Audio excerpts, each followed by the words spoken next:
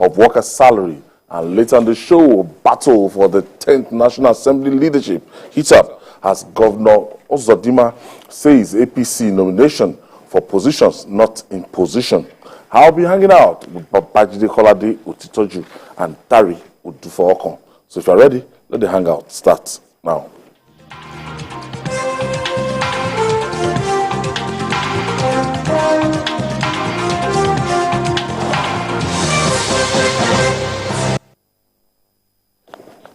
Thank you for staying with us. We begin with the challenge of insecurity, which continues to claim lives of innocent Nigerians. In a recent development, suspected bandits attacked 3 communities in Tangaza local government area of Sokoto State, killing more than 30 residents. The state governor, Ahmed Aliyu, visited the affected communities and condemned the attacks. Governor Aliyu donated cash and grains to families of those who lost their lives in the attack. Let's hear from the governor. We are here to express our deep condolences to the families of the victims of the very unfortunate incident, which caused or claimed over 35 lives and a lot of properties and foodstuffs were destroyed in the incident. As you are aware, yesterday I had an emergency meeting with all the security operatives in the state. And inshallah, we are on top of the problem. I think this is the essence of, a kind of breath of fresh air, having new people by saddle, because I can't remember when a governor visited the scene of any of this incident last, and donating grains and sympathizing with the families. Right now, we have a new governor in Sokoto State, and the governor is living up to, what he's meant to do by visiting the affected areas. Insecurity will be a major challenge for the administration of President Bola Ahmed Tinubu. The president met with the 36 state governors for the first time today. And in my view, he has to sit with them and ask them the peculiar security problems in the various states. There are some states where the security problem they have is just cultism related. States like Akwa Ibom, even Lagos. Calabar, that's far more. They have cultists in Calabar. Yes, that area, Akwa Ibom, Cross River, they have them. In Lagos, we have far more cultism cases than other crimes. And that was why the state government even came up with the law that if you get caught, your parents will pay. So, but I think that it's gone down a bit in Lagos, but we still have even professional groups, organizers, painters, alakpata, they are into cultism. In secondary schools in Lagos here, we have cultists. Things that were unheard of. People telling you that they are AA members. As a secondary school. As bragging about it. Cultists in secondary school. We have it here. In the north, especially the northwest, the big problem is banditry. It's not terrorism. It's not really terrorism. They are doing it for the money. Which is against the definition of terrorism. The globally accepted definition of terrorism. Terrorists, they don't want your money. No, they want to take want to wreak havoc. People in Kashmir, for example, if people get killed in Kashmir, is it for the money? No, it's not. There's a difference between when the Muslim Brotherhood in Algeria, when they won election and the military refused to allow them to take over, they were beheading people. They popularized the idea of beheading people. They were targeting journalists, killing journalists. They were not doing it for the money. So when they kill people in this manner in the Northwest, it is for the money. That is why they are bandits. It's not terrorism. And we have to, what enables these guys to carry on is what we have to attack.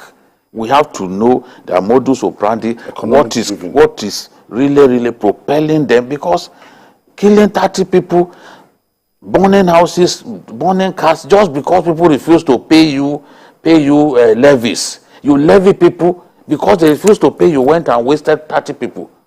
I mean, and when they tell you it's 30 people, you know that it must have more than that. 60.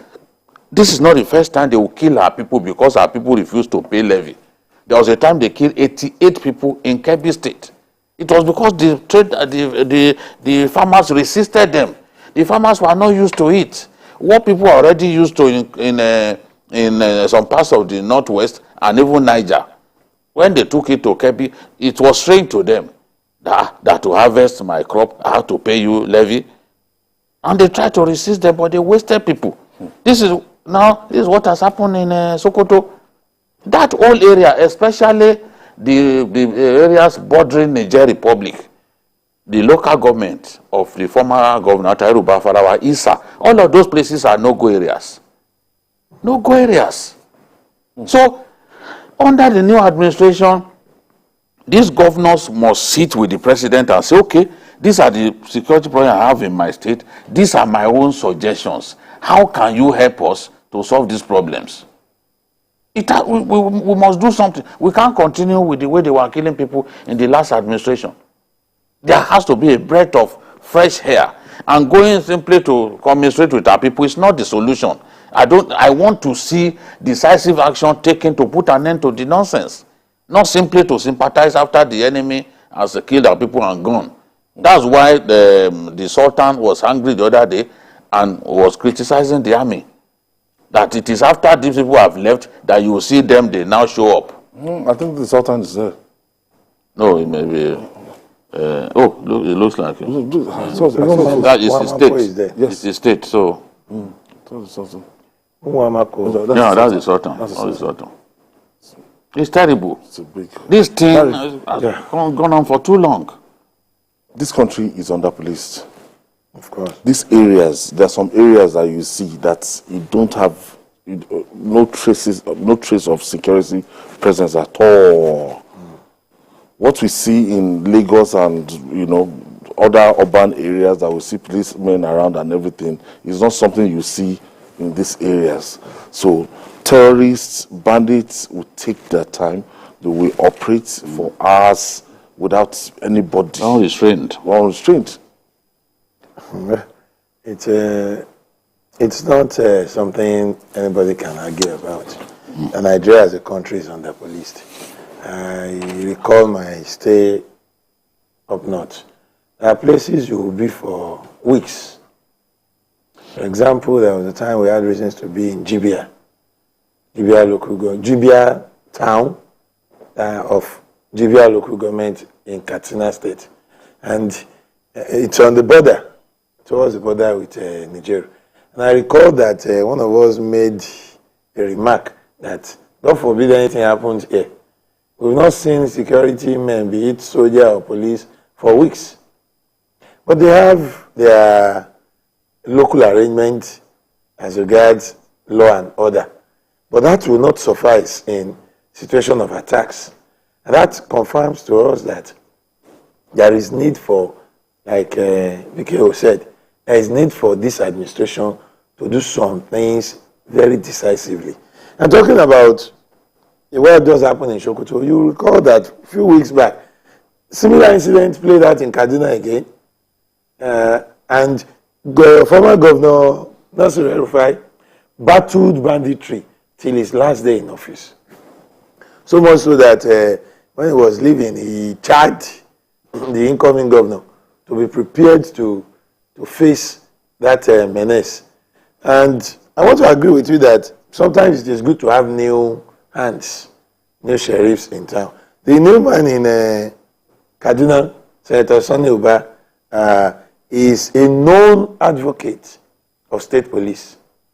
I recall that he was the one who moved the motion for, a bill for state police, which almost scaled through sometimes in the last, in the current Senate. And while he was campaigning for governorship, he advocated and specifically stated that one of the things he would push for, he was hoping that the issue of state police will be resolved while he's governor. He said state police is the major solution to the issue of insecurity across Nigeria. And speaking on one of the recent attacks, he repeated the same thing, that we simply don't have enough men to man the various parts of Nigeria, the current policing system.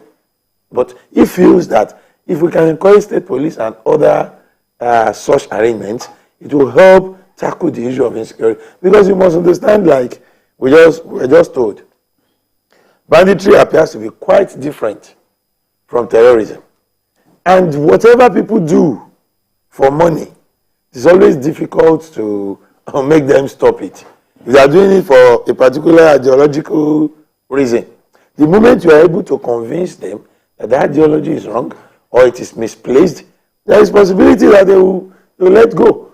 But if it is for economic gains, it's just like when people saw in kidnapping here in the southeast, even in Lagos at the time, in most parts of the south, kidnapping for money for ransom became rife because some people saw it as business.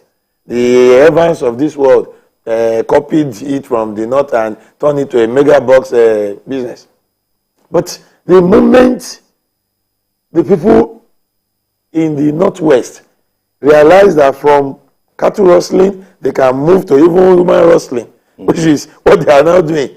You go in, kill people, ask for ransom, not because you have kidnapped them, but because they planted their own crops and they want to go and harvest. Then you don't need to do anything. Just come, they'll gather the money and give you. If they fail to do, you threaten to kill them. And when they dare you, you kill some of them. That's how bad the situation is. So we must sincerely take decisive steps to end this terrible situation. Generally, enough on this, if the new administration wants to tackle this head on, they've suggested, they've campaigned, and we wait that they will implement their security blueprints so that we'll see how they are going to handle the multidimensional problems we face in terms of security. Yes, one of the plans that Asiwaju Ahmed Tinubu has is to unleash the forest rangers, because our forests have been left unattended for so long. Look at the Kainji Lake National Park, a national treasure that people used to visit on excursion and all that. Today, ISWAP and other outlaws, they are occupying the place. The Niger State government complained that this place is now, and it's a very wide, expansive place. That's where we have these guys. So Asiwaju wants to use forest rangers, police the forest, keep the forest safe. In Borno State, Governor Zulum has used what he called agro rangers to protect farmers on their farms. We have to, in my view, we have to expand that, put it on a national scale, see whether we can protect people in their farm, because it's hurting us. We need food security. We can't have food security when people get killed just for going to their farms. And these guys, that was reading that, they also stopped the villagers from burying the dead. It's not the first time that they will do it. Just to teach people, you're going to retrieve the corpses of the dead, they will chase you back. I don't know what this level of wickedness, I've never seen it before. You've killed people. The villagers who ran away initially, they want to retreat their dead people and give them befitting burial. You still chase them away. Do you want to eat the corpses? What is the thing? What really is the issue? we have to deal decisively with these guys who are killing our people. It makes no sense. Government has to be seen from the get-go to be on top of the situation. Otherwise, it will only get worse, and before you know it, people will start saying, we told you that this government will not be able to deal with security. We pray that that will not be on the lips of Nigerians. It's one of the things that Asiwaju must solve. It's facing the economy. You know, everyone knows that that's his area of strength, but he has to also address the matter of insecurity. As reactions continue to trail removal of fuel subsidy, more Nigerians are beginning to see reason with government over the decision. The coalition of northern groups have thrown its weight behind the fuel subsidy removal as announced by President Bola Tinubu.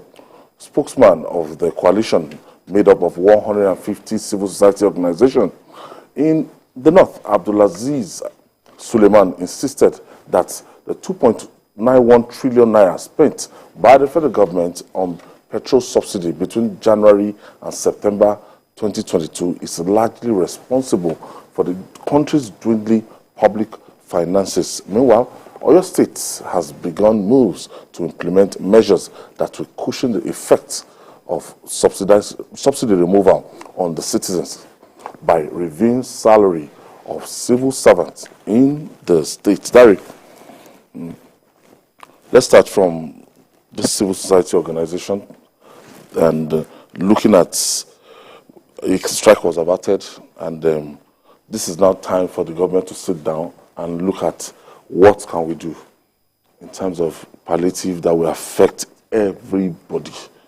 Now we are now on the same table, so from now till the time that Labour has given, maybe on the night, to meet with the federal government, I think the federal government will need to come up with something comprehensive that will really touch Nigerians, because their hardship is biting harder. Yeah. So the removal. No doubt. No doubt the hardship is hard, and it bites.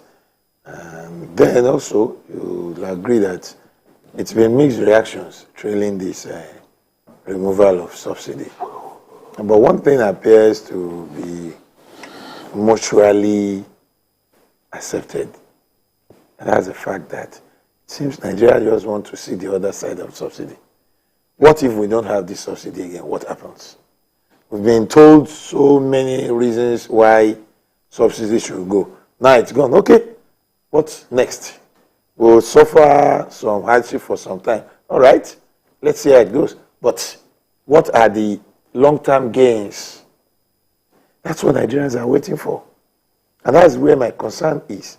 If at the end of this whole thing, Nigerians are not convinced that we are better off for it, it will be a hard nut to crack. But while the suffering lasts, palliatives, yes. And I want to believe that for someone like President Bola Ahmed Tinubu, who prepared to govern Nigeria, and if you take a look at his manifesto, his blueprints, and his plans, you will discover that he actually knows what he wants to do with subsidy. The first part is he wants to remove it. He has done that. Then he wants to ensure that the turnaround of it benefits Nigerians. That's what we're waiting for. Now, he has outlined how palliatives can help reduce, not remove the hardship, reduce the hardship. Because we must still, endure some difficulties for us to, while we wait for the result. But the Labour has made it very clear. How will people survive? That was the argument. They wanted to call for a strike. Somehow we have averted that. But government must, like you said, move speedily enough. Some state governments are doing some things. Let's take Kwara for an example. Reducing the days of working to 3 for civil servants.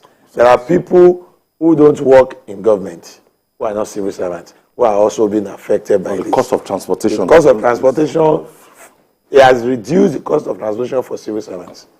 But those who are not in government employ, they are still bearing the brunt no impact of what he has done. Then you go to Oyo. Oyo is also talking about salary increase, review. That usually means increase. Civil servants will also benefit that. We must look beyond the civil service. This type of situation is not affecting just the civil servants alone. It's a general problem. And because we are seeing examples of what the states are saying, they seem to be focusing on the civil servants. The federal government must go beyond that. Whatever they are coming up with must be all-encompassing. The private sector, workers, and other stakeholders must receive the same palliatives that civil servants will get. Employers of labor, manufacturers, name it, because all sectors of our economy are feeling the impact of the subsidy removal. And so must the palliative be. It must be all-encompassing. It must cover all areas that are affected by the removal of subsidy. And I think that's the way to assuage the worries of Nigerians and further assure them that after this darkness brought by the removal of subsidy, there is light, and we are bound to smile at the end of the day. Julie? Yeah, first and foremost, I assure you they didn't remove subsidy. We have to keep saying this. Yeah. To say he removed subsidy is to mislead our people. He didn't remove any subsidy. President Buhari's administration removed subsidy. Yeah. And it was backed by law. Whoever wants the subsidy restored has to go through the National Assembly. In fact, the whole idea, we still praise President Buhari for the PIA, which we had suffered for years trying to get it passed, which many people reason will revolutionize the oil sector. You can't have the Petroleum Industry Act and still allow subsidy to go on. They can't work together because that one is supposed to allow foreign investment, foreign players in that sector. Foreign players will not accept regulation of the sector. PMS is the only product that is still being subsidized. Even kerosene, that used to be the favorite of the poor people in our society, kerosene has no subsidy. Long ago, diesel has no subsidy. Jet A1, or aviation fuel, as some people call it, has no subsidy. It's still PMS alone. Now, what this coalition of northern groups are saying is, look, when we look at this whole thing, everything put together, something that helps our country to save money, money that we used to spend on consumption, money that we used to spend that goes into the pockets of fat cats, we can now free those funds and use it for something more productive. I can understand why the governor of Oyo State, for example, is already thinking of a salary review, because they will earn more from the federation account. There were months when NNPC refused to even... Yes, because they said they didn't admit money paying for subsidy. They were saying, look, subsidy has eaten up what money we were made, meant to put to what we made. the table. So there were months. And this problem, when Governor Yari was chairman of the Governors Forum, they've been battling this thing. I remember even the former Minister of Finance was fighting NNPC about remitting money that is not sufficient, you know.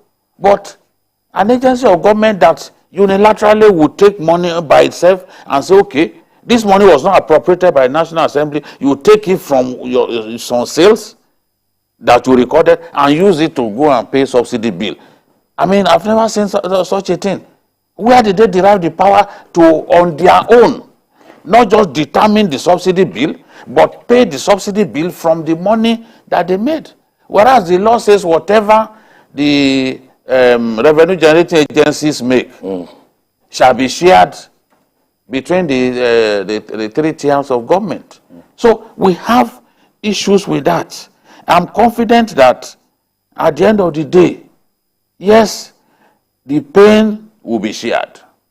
But let Nigerians know that sacrifices will have to come. Maybe for a lot of us, those things that we used to do, our lifestyle, will change. If you are filling your tank at random, you'll be filling you your now tank with 11,000 naira. As long as there's availability of product, you just That's same 11,000 put what you naira need to buy what you can. But if it's 1 quarter, see, if there are no queues, I don't need to fill my tank unless I'm traveling. If there are no queues, you just move in and put what you want. That's the way it used to be in those days. Before fuel scarcity now open our eyes to, let me fill the tank. I don't know what will happen tomorrow. So this will change. The rate at which even we consume fuel, our generators. But if government can fix electricity, because a lot of us, we actually spend more money on our generators than even our cars in terms of fueling. So that is the best palliative that government can give. Okay. Make electricity available to most Nigerians. They will not need to go to the point of buying fuel all the time to to power their generators. All right, we'll take this breather. When we come back, we'll talk more. It's still Journalist Hangout. We'll be right back after this time out. Don't go away.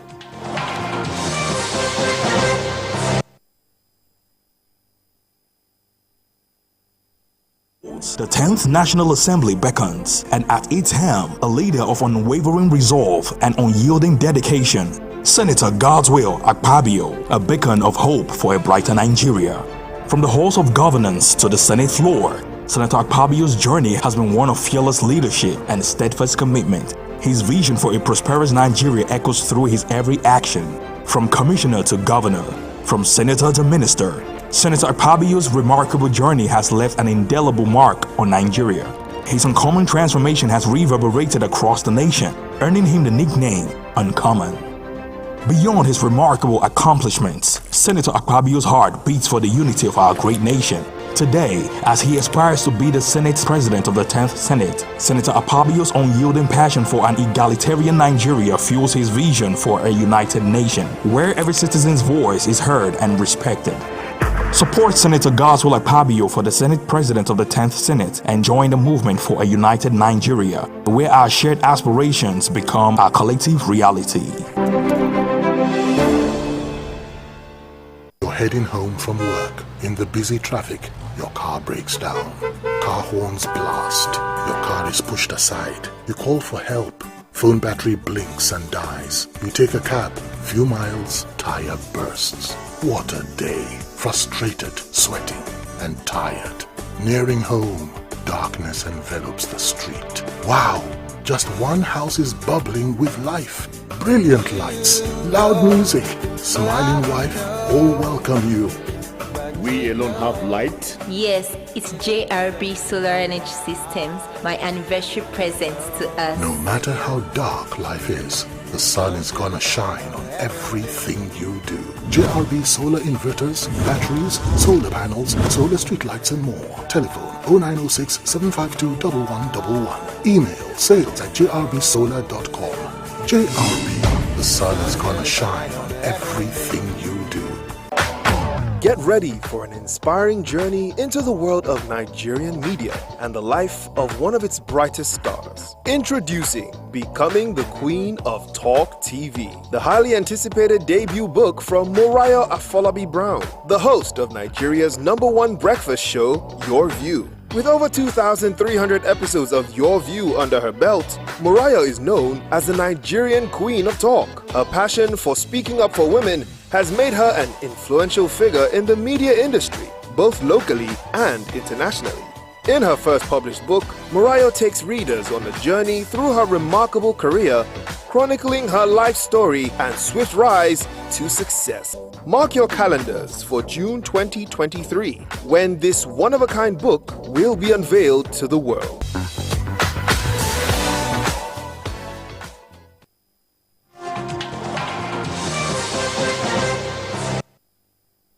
Thank you for staying with us. As the night's National Assembly winds down, the battle for the leadership of the 10th legislature rages on.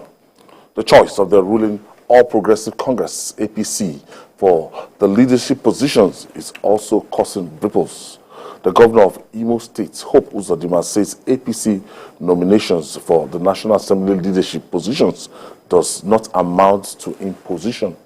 Governor Uzodinma asked Tajuddin Abbas and Benjamin Kalu, nominated by the party for the Speaker and Deputy Speaker position in the House of Representatives, to reach out and persuade aggrieved aspirants to agree with the party's decision.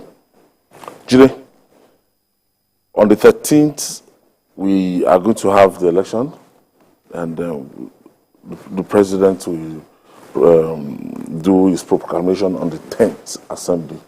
And I see a keen contest. Yes. Again. Yes, from both chambers of the houses. You see, when you imagine that in the Senate, APC just has 9 more senators than the opposition.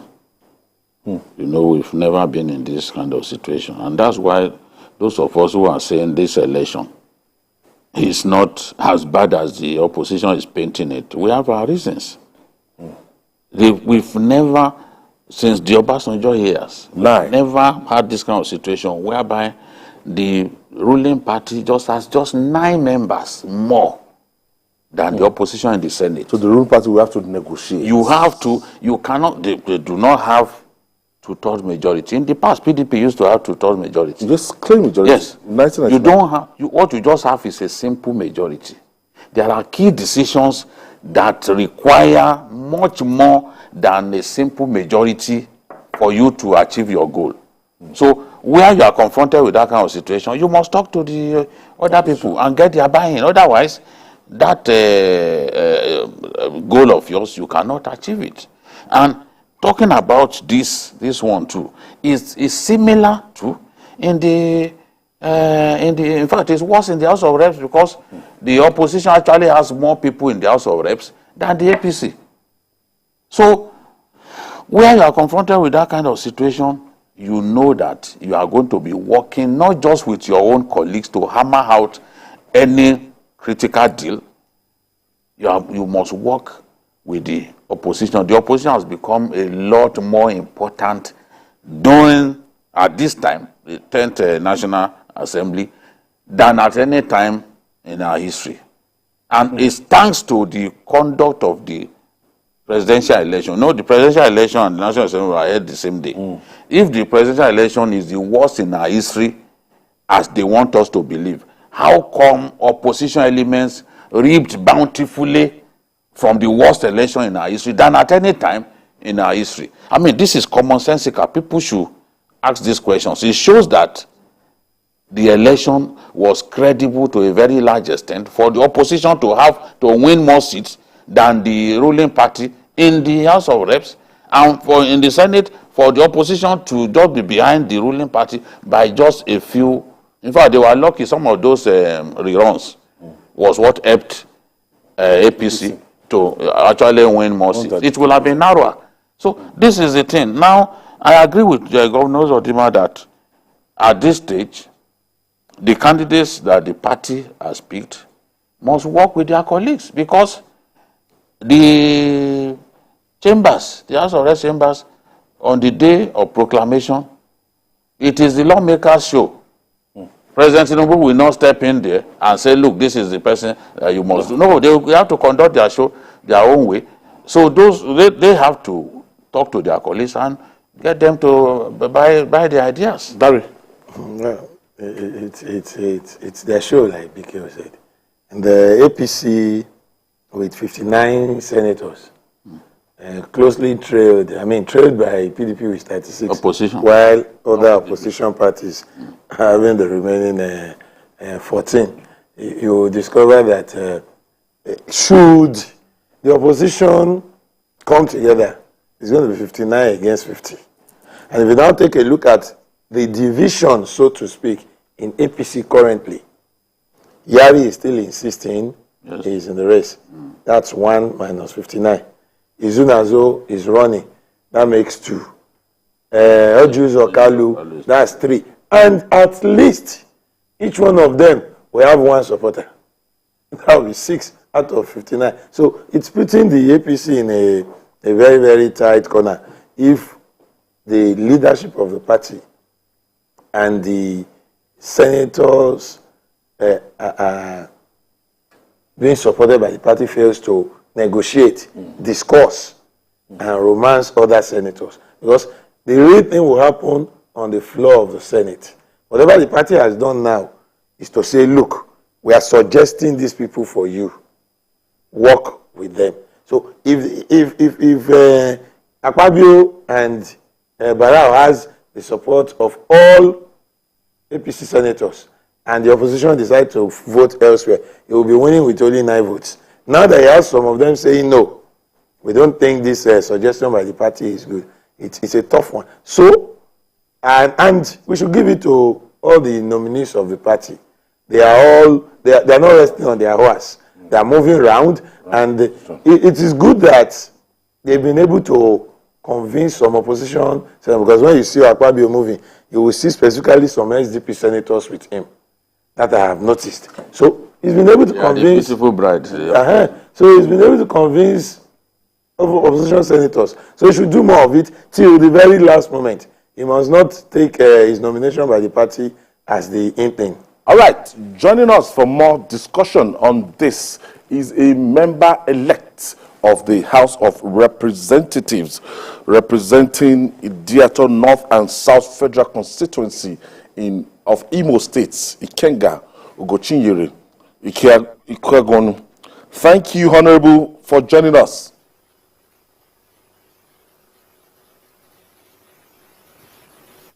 Joining us.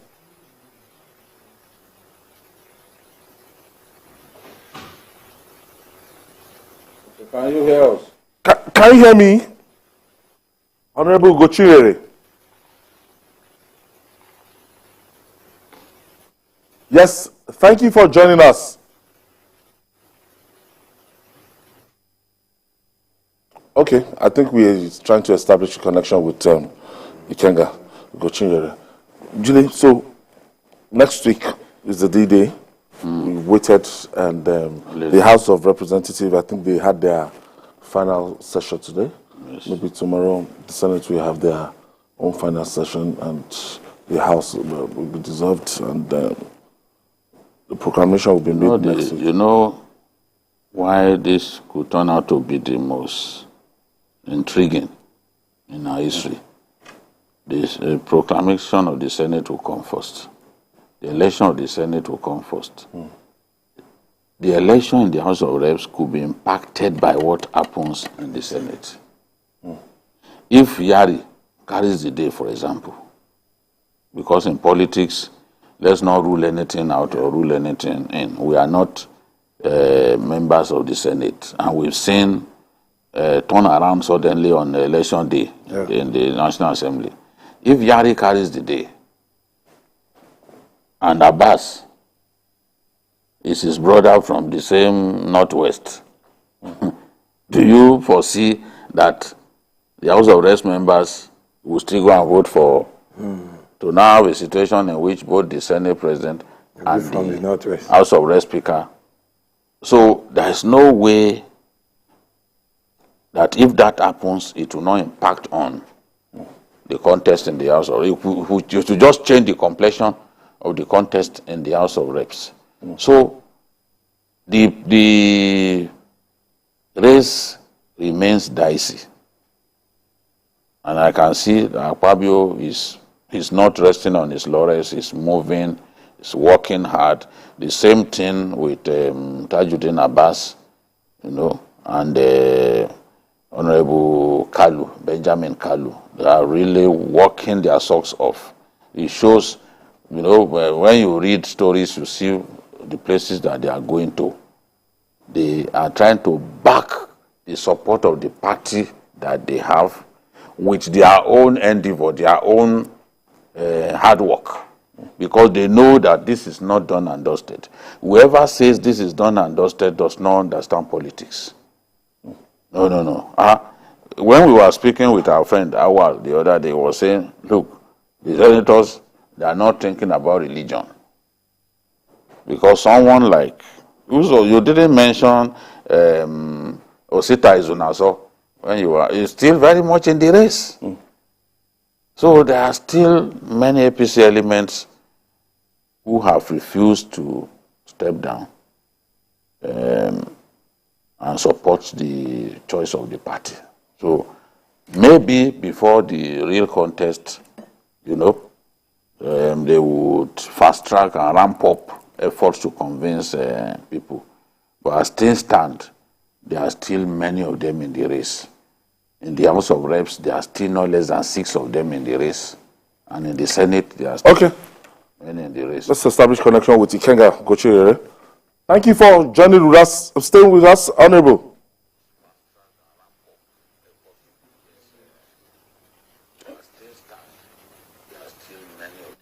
Ikenga Gochire, are you there?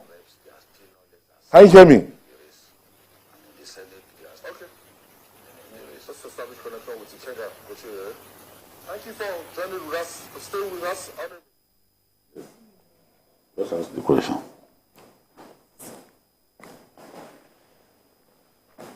Okay. Honorable. Question. Okay. What is likely to play out next week when we have the proclamation, after the proclamation, when we have the election? You are a member of the House of Representatives. What are you going to do that day? What are your expectations? Okay.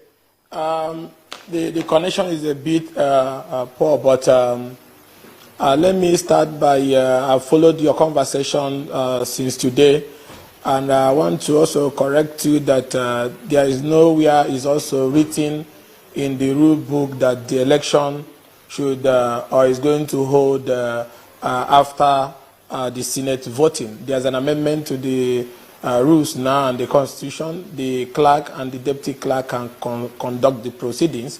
What that means is that both chambers can start at the same 10 a.m. and then elect their principal officers without any of the chambers waiting for the other one.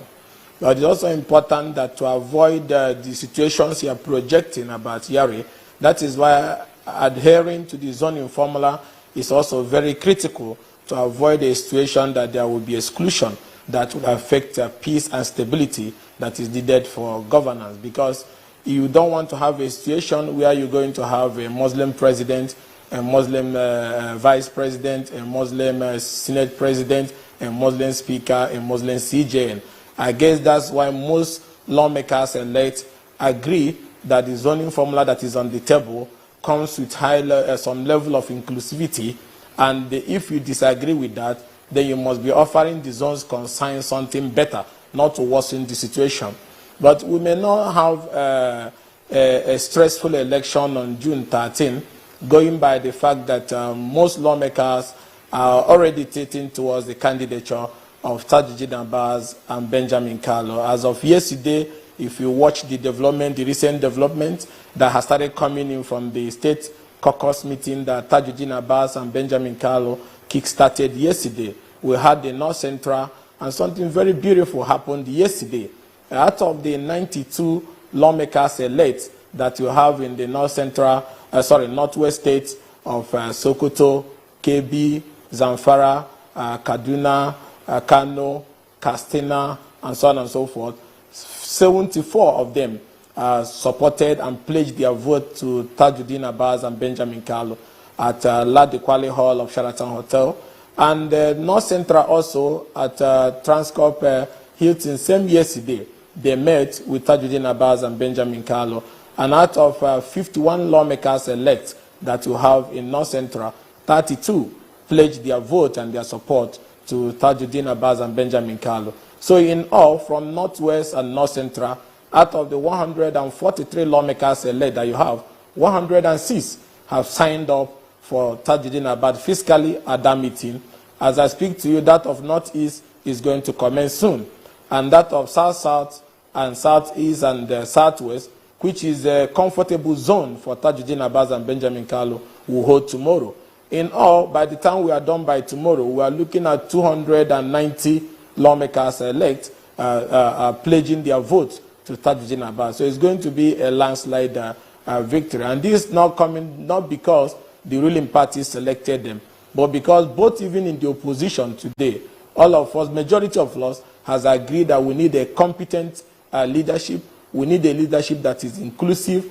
We need a leadership that have legislative capacity. Just as you are aware, Tajuddin Abbas sponsored the highest bill so far in the 9th session of the Assembly, with 74 bills that over 21 have been signed into law. And same with Benjamin Carlo, that have over 43 bills that too have been signed into law. So you cannot see such men with high level of legislative competence, humility, and the spirit of inclusiveness, and then you want to go for something else. So the way it's going, by the time we are done by tomorrow, we may be having on Tuesday an election that will be the most beautiful in terms of landslide win, that will be close to 300 votes. But we hope that other remaining lawmakers who still have different views will come on board before the end of this week.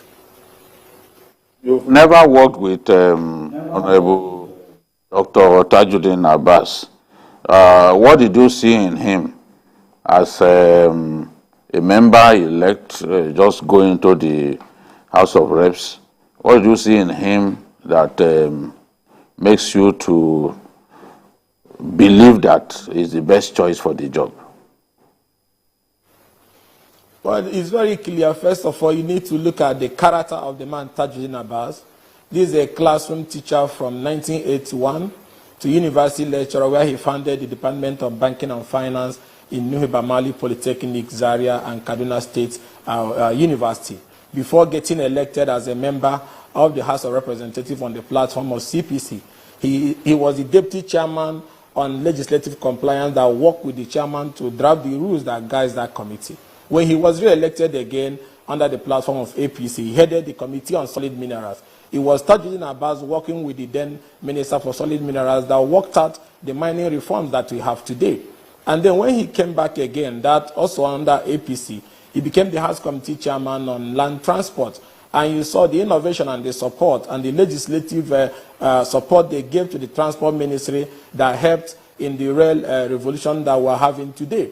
And apart from that, this is a man that is very accessible. This is a man that is humble. This is a man that understands the primary responsibility of a legislator. You can see that today, in the 9th Assembly, he has the highest number of bills. For a man to sit down in 1 year and come up with 74 bills, and out of that 74, 21 have been signed into law. And then if you say, why do we want Tajuddin Abbas? We want him because he has the legislative competence. And apart from that, the man that is running with him, Benjamin Carlo, who he enjoys harmonious working relationship with, sponsored 43 bills, and 2 have been signed into law. So the question I will ask, among those that are running for speakership, tell me the person that have 5 or 4 or 10 bills to his name. So if you have a candidate that have 74 bills, you take him good in terms of understanding the business why he's elected as a lawmaker. Then in terms of the importance and the impact of the bills, those bills span from security, economic reform, education, health, and so on and so forth. These are things that have helped to change the living standard of our people. And again, there's some level of inclusiveness in the ticket. Now you have Benjamin Carlo, who is from the Southeast. I'm not saying that deputy speaker is enough, but we are coming from a background where for 8 years, President Muhammad Buhari did not give any presiding position to the Southeast. And now you have the Southeast as deputy speaker and the South as Senate president. There's some level of inclusiveness, and that inclusiveness will help to bring stability. And most members, like you saw at the meeting of the Northwest Caucus, they express high level of support and high level of confidence and belief in Tajuddin Abbas. And he promised lawmakers elect yesterday that one, he will work aggressively towards a stable parliament and an independent parliament that will not sacrifice the responsibility of the legislator on the altar of the executive, while promising for harmonious working relationship between the executive and the legislator. And he also promised that issues of members' welfare and equitable distribution of privileges is not going to be something that old members is going to take it all or new members are going to take it all. Everybody, across all board, religion and ethnic divide and political parties will be equitably if you can hear me and get their due share. Honorable Ikenga. Okay. Yeah, well, thank you. I was going to ask you as you were talking when you mentioned the issue of Southeast and the position of deputy speaker. What do you think can still be done by the party, the ruling party now, APC, and members in the House of Rep, and including members elect, to still pacify these people who disagrees with the suggestions of the party. What do you think can still be done between now and the inauguration day? To be honest with you, if the disagreement is coming outside the Southeast South, I would say with all level of respect to those who are agitating that there's no basis for it. Because, for instance, what we have on the table is a South Senate President and a Southeast Deputy Speaker. Any other thing you can do, unless you're going to give us the speakership or the Senate President in the South. But outside that, to say that you want to go against that zoning formula and then you want the Senate President to come from the North is unfair. So, but what I believe that should be done, which already the President is doing, is the conversation that is going on. All the aggrieved parties have been brought to the table. Yesterday, most of them met. A day before yesterday, they met. And right now, as I'm talking to you, the President is also meeting with the lawmakers elect from the APC. And by tomorrow, he will be meeting with the lawmakers elect from the opposition.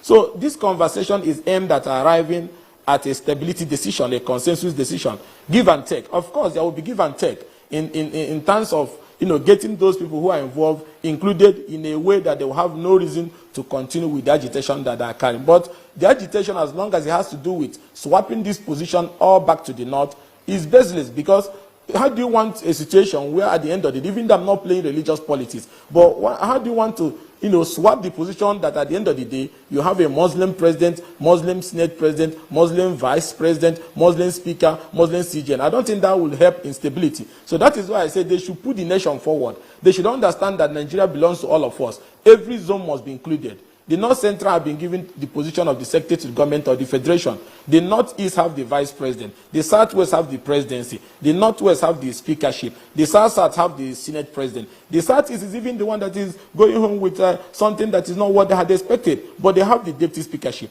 So any other thing you are doing that will see these zones losing already gained ground will be very, very unfair. And that is why I said there's no basis for this agitation, which is coming more from the Senate side. Okay. From the House of Rep, we are operating from, we are going to operate from, there's no much agitation coming from there, but it's in the Senate. And that's why I said I will appeal to Yari to understand that if you people don't want an Akpabio and then you want the Senate President to go to the North West, on what ground?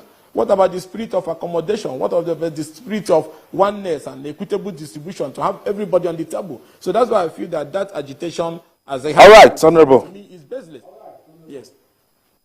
Honorable Ikenga Gochinye Ikagonu, representing Idiato North and South Federal Constituency in Imo State, a member-elect in Imo State, from Imo State. Thank you. I want to thank you for your contribution. Babajide, now we can see we're counting down ahead of next week, and we know that, look, we thought I thought all is well with the 10th Senate. Still, in the last 48 hours shows that it might not be as easy. There's still a lot to do for them.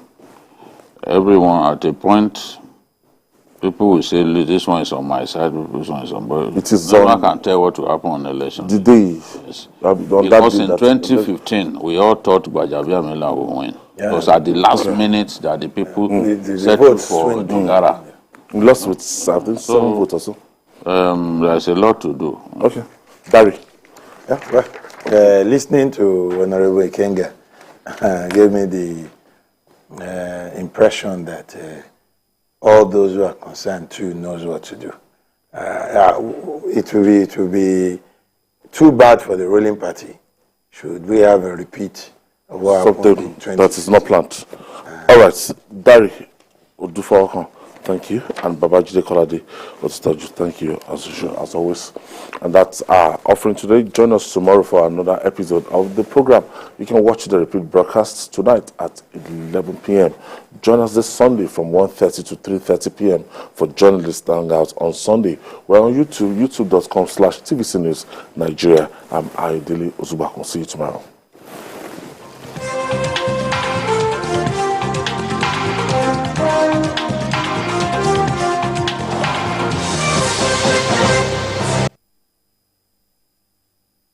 With total submission and gratitude to God for a life well spent, we announce the transition to glory of Mr. Tolu Ogunkoya, whose sad event occurred on the 25th of April, 2023.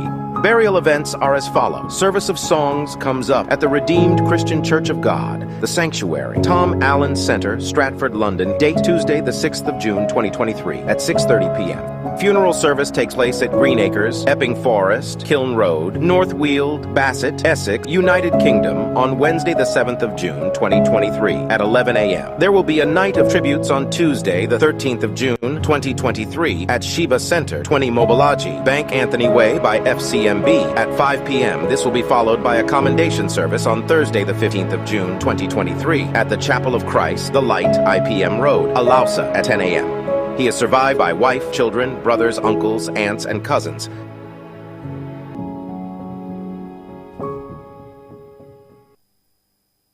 The following is a paid presentation by ShopX TV.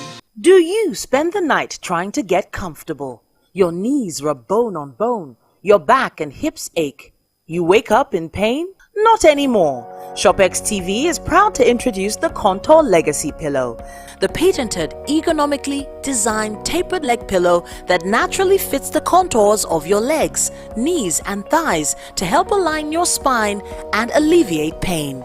Watch, when you sleep on your side, your leg falls forward, twisting your pelvis and lower back, putting pressure on your spine, hip, and sciatic.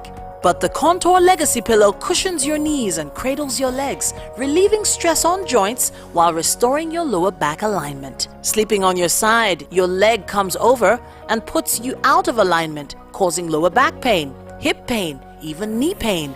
By using the Contour Legacy Pillow, it restores the natural alignment of the spine, helping to alleviate pain and pressure, leading to much more restful sleep. Old-fashioned leg pillows are bulky, but the anatomical design of the Legacy Pillow fits perfectly the shape of your body the way nature intended. You can even use two together for full leg alignment. Legacy Pillow is exclusively ventilated, so it always stays cool and dry. With top crescent design, it cuddles up to you perfectly and easily moves with you. Ordinary pillows go flat, but the Legacy Pillow is made up of soft memory foam, so it never loses its shape and the cover is machine washable. The Contour Legacy Pillow is now available in Nigeria, exclusively from ShopX TV. You could be paying up to 500,000 naira for an orthopedic bed that doesn't properly support your spine. But call the number on your screen now and